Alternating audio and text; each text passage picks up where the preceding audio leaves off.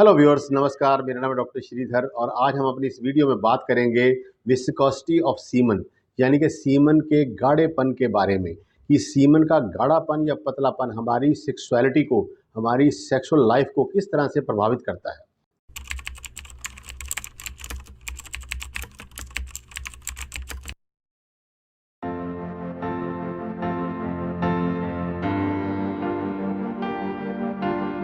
बहुत से पेशेंट हमें हिस्ट्री देते समय एक इम्पॉर्टेंट क्वेश्चन जो है वो बहुत स्ट्रेसफुली पूछते हैं, बहुत ज़ोर दे के पूछते हैं कि हमारा सीमन जो है पहले से बहुत ज़्यादा पतला हो गया है, जिसकी वजह से हमें erectile dysfunction, pre mature ejaculation, poor erection और इसके अलावा हमारी बॉडी के ऊपर भी बहुत से जो साइड इफ़ेक्ट्स हैं हमें नज़र आने शुरू हो गए हैं। तो आज हम इसके बारे में डिस्कस करेंगे कि सीमन का या वीरेज का जो गाढ़ापन या पतलापन है वो हमारे शरीर को या हमारी सेक्सुअलिटी को किस तरह से प्रभावित करता है। तो मैं इसको पॉइंट्स के रूप में डिस्कस करूंगा। जो सबसे पहला पॉइंट है, फर्स्ट पॉइंट है, वो है कि अगर आपने प्रेगनेंसी इंड्यूस नहीं करनी तो जो वीरेज है इसको मल के रूप में देखना चाहिए। ये एक वेस्ट ऑफ द बॉडी है। हमारे शरीर के अंदर 7 धातुएं होती हैं: रस, रक्त, मांस, मेद, मज्जा, अस्थि और शुक्र। जो हम खाते हैं उसका रस बनता है, रस से रक्त, रक्त से मांस, मांस से मेद, मेद से मज्जा, मज्जा से अस्थि और अस्थि से शुक्र की उत्पत्ति होती है। एक 8वीं धातु का भी आयुर्वेद में वर्णन है जिसे हम ओज कहते हैं।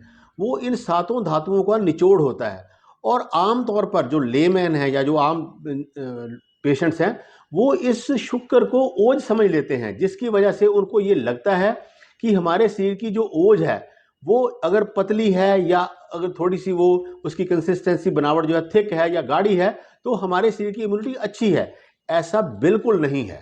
ये आपको अपने मन से बिल्कुल वहम निकाल दें कि वीरेज का गाढ़ापन या पतलापन आपके शरीर के ऊपर किसी तरह का कोई भी साइड इफेक्ट क्रिएट करता है। नेक्स्ट पॉइंट है कि वीरेज की जो विस्कोसिटी है वो मेनली, वैसे तो उसके लिए बहुत से फैक्टर्स हैं जिससे वीरेज जो है पतला या गाढ़ा या थिक निकलता है, मगर मेनली जो हमारी प्रैक्टिस में देखे जाते हैं वो 3 मेजर कॉज हैं। इनमें सबसे पहला कारण है पीरियड ऑफ एब्सटिनेंस, यानी कि कितने दिन के बाद आपने जो वीरेज है उसको एजैकुलेट किया है या निकाला है। अगर आपने जो सेक्सुअल इंटरकोर्स है वो आप हफ्ते 10 दिन के बाद करते हैं तो आपका वीरेज जो है वो गाढ़ा निकलेगा या आप थिक निकलेगा या उसकी विस्कोसिटी जो है वो थिक होगी। अगर आप 1-2 दिन छोड़ के या डेली जो है अपने वीरेज को एजैकुलेट करते हैं तो जो वीरेज की विस्कोसिटी या उसका बनावट होगी वो थिन होगी, पतला होगा। तो ये नॉर्मल है, ये एबनॉर्मल नहीं है। सेकंड फैक्टर है इंटेंसिटी ऑफ स्टिमुलेशन, यानी कि आपको इंटरकोर्स या आपको मास्टरबेशन के दरमियान कितना मज़ा आया, कितना प्लेयर फील आपने किया। अगर आपकी इंटेंसिटी ऑफ स्टिमुलेशन, आपकी जो प्लेयर है वो बहुत ज़्यादा डीप है, बहुत ज़्यादा है, तो फिर आपका जो वीरेज है वो काफ़ी थिक होगा। और अगर आपकी इंटेंसिटी ऑफ स्टिमुलेशन जो है वो कम है तो वीरेज आपका काफ़ी पतला या थिन हो सकता है। तो ये भी नॉर्मल है। थर्ड है age. As the man grows older the consistency of semen becomes thin. जैसे जैसे आपकी उम्र बढ़ती है आपका सीमन जो है वो थोड़ा पतला होता जाता है, मगर इसका आपकी सेक्सुअलिटी के साथ कोई दूर नज़दीक का भी लेना देना नहीं है। इसलिए अगर आपकी कंसिस्टेंसी जो है वो थिन है तो आप इसके बारे में या तो अपने डॉक्टर से या मेरे से एक सलाह कर सकते हैं। नेक्स्ट पॉइंट है कि अगर आप ये वेरीफाई करना चाहते हैं कि मेरा जो सीमन है वो नॉर्मली थिन है या उसको थिक होना चाहिए, तो इसके लिए आप एक सिंपल टेस्ट करवा के देख सकते हैं जो 100-200 रुपए के अंदर अंदर हो सकता है। उसमें क्या है कि आप 3 दिन का गैप डाल के अपना सीमन एनालिसिस किसी भी अच्छी लैब से करवा लें। जब आप सीमन एनालिसिस करवाओगे तो उसके अंदर एक क्लॉज होती है, उसके अंदर एक कॉलम होता है जिसमें लिखा होता है time of liquefaction. Time of liquefaction जो है वो एक नॉर्मल पर्सन में 15 मिनट से लेके 60 मिनट तक होना चाहिए। अगर आपका सीमन का जो टाइम ऑफ लिक्विफिकेशन है वो 15 मिनट से लेके 60 मिनट के अंदर अंदर है तो इसका मतलब आपका जो सीमन है वो बिल्कुल नॉर्मली थिक है या थिन है। इसके लिए आपको किसी टेस्ट की, किसी दवाई की, किसी चीज़ की कोई ज़रूरत नहीं है। मगर अगर आपका सीमन जो है 15 मिनट से कम टाइम में लिक्विफाई हो जाता है तो इसका मतलब आपका जो सीमन है वो एबनॉर्मली थिन है। उसके लिए आपको ट्रीटमेंट की ज़रूरत है। तो उसके लिए मैं इस वीडियो के एंड में या अंत में मैं आपको एक योग बता दूंगा जिससे आपका सीमन जो है वो थिक हो सकता है या उसकी विस्कोसिटी जो है वो इंक्रीज हो सकती है। कुछ एक लोगों में देखा गया है कि जिन लोगों का जो सीमन होता है वो एक्स्ट्रा थिक होता है, यानी कि उनका टाइम ऑफ लिक्विफिकेशन जो है वो 60 मिनट से भी ज़्यादा हो जाता है, तो ये लोग नॉर्मली जो है बच्चा पैदा करने के कई बार काबिल नहीं होते, और ये मान लो ये इनफर्टिलिटी का एक मेन कॉज है, और कई बार ये नेक्रोस्पर्मिया का भी एक बहुत बड़ा कारण बन जाता है।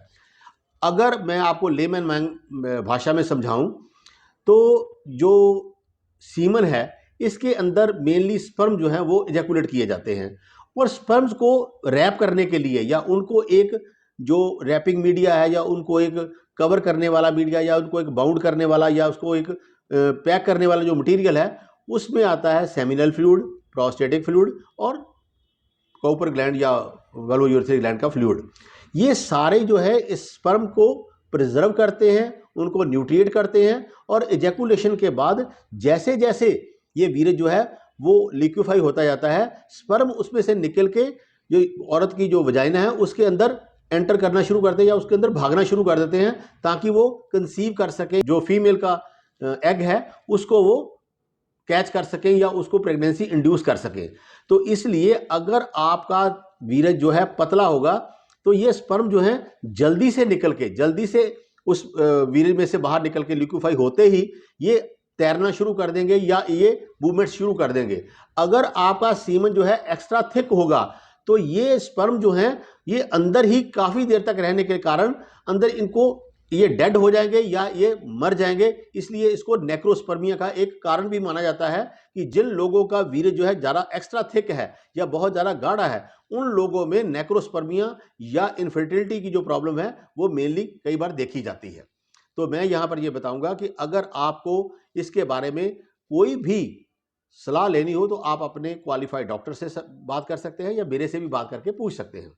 अब अंत में मैं आपको एक योग बताऊंगा। अगर आपका वीर्य जो है वो एक्स्ट्रा थिन है, मतलब अब नॉर्मली थिन है, तो उसके लिए आयुर्वेद में अश्वगंधा, कौच बीज, विदारी कंद, विदारा, ताल मखाना, मखाना, शिलाजीत, सफ़ेद मूसली और कौच बीज, ये द्रव्य जो है वीर्य को गाढ़ा करने के काम आते हैं।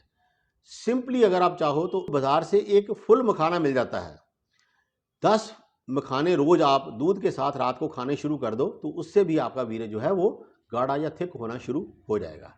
अगर आप इन द्रव्यों का प्रयोग किसी कारणवश नहीं कर सकते या आपको कोई प्रॉब्लम है तो फिर आप एक मार्केट में शास्त्रीय योग यानी कि आयुर्वेद का जो योग है वो मार्केट में अवेलेबल है, जिसका नाम है धातु पौष्टिक चूर्ण।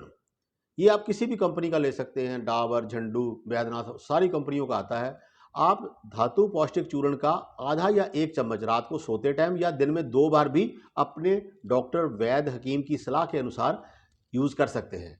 अगर आपको डायबिटीज़ नहीं है तो आप जो जिस दूध के साथ आप इस धातु पौष्टिक चूर्ण का इस्तेमाल करोगे या उसको सेवन करोगे तो उसमें थोड़ी मिश्री डाल सकते हैं, तो इससे आपका जो वीर्य है वो डे टू डे गाढ़ा होना शुरू हो जाएगा। ये वीडियो मैं यहीं समाप्त करता हूँ। अगर आपको ये मेरी वीडियो अच्छी लगी हो तो प्लीज़ मुझे इसे लाइक कीजिए, शेयर कीजिए, ताकि मेरे आने वाले नॉलेजेबल वीडियोज़ आपको आसानी से मिल सके।